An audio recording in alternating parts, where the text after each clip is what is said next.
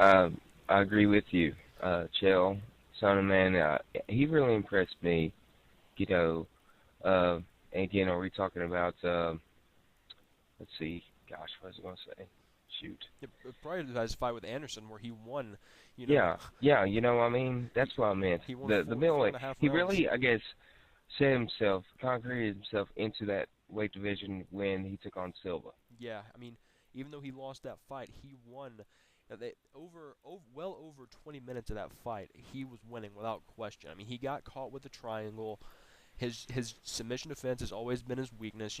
He's gotten tapped out before, but in my opinion, Brian Stan, while he has a great ground game, I don't think he's a submission expert. He's not. He doesn't. He's not an Anderson Silva on the ground. He's definitely not a Damian Maia on the ground.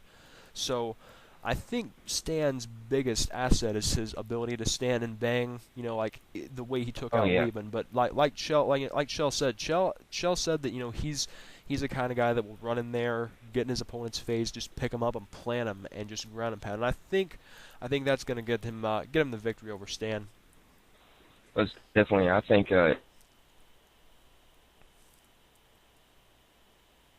if Chael forward to another rematch with Silva, Yeah, do you think? if Chael can pull off that win, I think he definitely deserves a rematch. They were tossing around the idea of either having Dan Henderson rematch him or Chael Sonnen rematch him. I think it's no contest. I think Chael did much better in his fight against Silva than Henderson did. No disrespect to Henderson, of course, but like we've said, Chael with a little submission defense, Chael may be the man to beat Anderson. Yeah, definitely. And if that rematch comes up, man, definitely look out because I think he's going to take it. Chael definitely is going to take it from Silva, and I think Silva knows. I think he's a little bit scared. Yeah, You know, he was never he was in his UFC career. He was never put in the position that Chael put him in. He was never really put on his back and kept there and just he was never on the receiving end of the damage for that long in a fight. Like we said, Rich Franklin hit him with some bombs, so did Dan Henderson, but Chael just was just pounding him for the better part of the fight. And I agree with you. I think if Chael takes this fight, he has definitely earned his rematch. Hopefully he can get his we talked about we hopefully he can get his legal issues taken care of. Everything he had the testosterone therapy deal. He had the money laundering situation. So, all legal issues aside, once he gets that lined out, hopefully he's gonna show up, get this victory, and get his rematch. And also at UFC 137, this is a very interesting fight. We have the welterweight champion, another guy who you could argue is the greatest fighter in the world, George St. Pierre, taking on Nick Diaz, and that's a fight that I think a lot of people have been wanting for a long time. Diaz has been on a tear lately, and the thing about Diaz is he has the style to give GSP trouble. Like, where does Nick Diaz work best from? Off his back with that jiu-jitsu game. He has a great bottom game, great submissions, and to be honest with you, Fizz, like I'm a GSP fan, but I'm thinking Diaz could be the one to give him trouble. yeah, yeah. You, like you said, man, he's just arguably one of the best, fighters in the world. You know what I mean? And uh, GSP, I mean, great. I mean, I am a huge fan of GSP. You know what I mean? Yeah, But I don't know, man. I can't really decide. Now that I think about it, I can't really decide. All I'm going to say is this: we are going to have to just see how it plans out. definitely.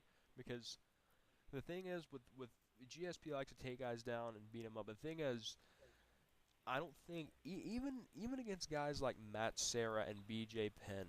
BJ Penn was the first American to ever receive a black belt in Brazilian Jiu-Jitsu. Matt Serra, he's a highly touted Jiu-Jitsu player, but neither of those guys have ever been known for the bottom game that Diaz has. Diaz works really well off of his back, and we've never really seen like we said, BJ has a good bottom game, but he's usually better when he's in top position. But we've never seen a guy with the bottom game that Nick Diaz has take on GSP, and I think that's going to provide for a really interesting dynamic because that could be GSP's Achilles heel. If he has to sit there in the guard of a guy with really good jiu-jitsu. And another thing, I know you and I watched GSP versus Shields, and Shields surprised everybody when he was actually getting in quite a few punches on GSP in the stand-up. And Nick Diaz, Oh he's yeah. he's no slouch on the feet either. So I think this is going to be one of the most competitive welterweight title matches we've seen in a long time. Yeah, all I gotta say is watch JSP's head kicks. Yeah, That's it. definitely, definitely, because he caught Matt Hughes with one of those bad boys. He's caught Fitch with him, and that could be the deciding factor there too. Because I'll agree with you there. GSP is probably more well-rounded on the feet. You don't see Diaz throw too many kicks, but like you said, we'll just have to wait to see how it pans out. And we were just talking to BJ Penn. Speaking of him, cannot wait for this one. BJ Penn versus Carlos Condit. That Man, man, just just when you say that, I got cold chills, man. That's gonna be a good one. yeah, that is the fight that I think whoever wins that fight is basically establishing themselves in the welterweight division. Like I know Penn is a former welterweight champion and he's fought GSP, a couple of times.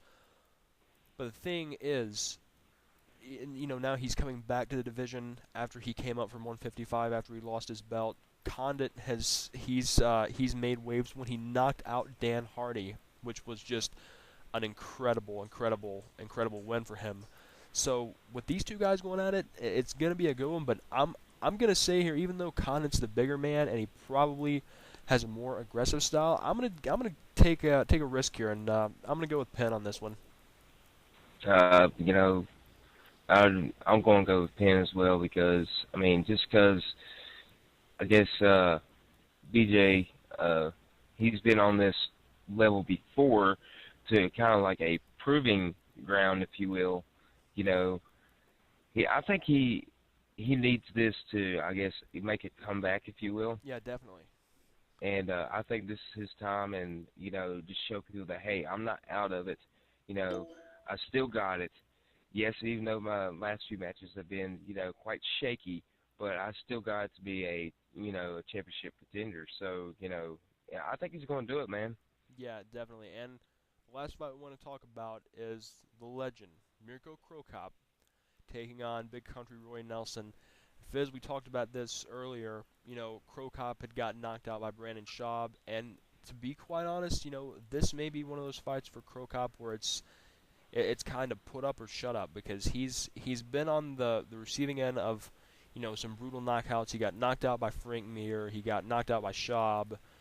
And it just I think even though he beat Pat Barry, I think that now he's going up against Roy Nelson, who is not really a contender, but I think Roy Nelson is a very solid fighter. He's the only fighter that well before Carwin, before Junior put the beat down on Carwin, Roy went 3 rounds with Junior, and he showed his tenacity and his toughness. And to be honest, I gotta say I'm gonna think Roy's gonna take Crow Cop. Yeah, yeah. I mean, no damage to Krokop, but I just think he's going to lose this one, just because like I mean they both have something to prove, but I just don't think Krokop is going to turn out in this one. I don't know, man. It's just not going to be his night. That's all I could say. It's just I don't think it's his time. So Yeah, yep, he functions a lot better when he faces someone who doesn't come at him. And Roy, even when he was taking just a beat down from Junior, he was still coming at Junior and still showing a very aggressive style. Moving forward all the time and just trying to set anything up that he could. And I think that style has proven to give Crow Cop problems in the past.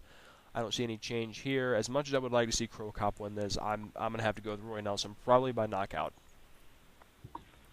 well, what round do you think Roy will do it in? I think Roy will get him in the second. I think the first is going to be like a feeling out process, getting out the timing and everything, and I think Roy's going to finally connect in the second. All right, good deal, man. I will go with that as well. All right, so we have a lot of cool fights coming up. There's our predictions. Feel free to comment and tell us your predictions, and we'll be back for another edition of Combat Chat very soon. Thanks for watching, guys. All right, thanks, guys. See you later.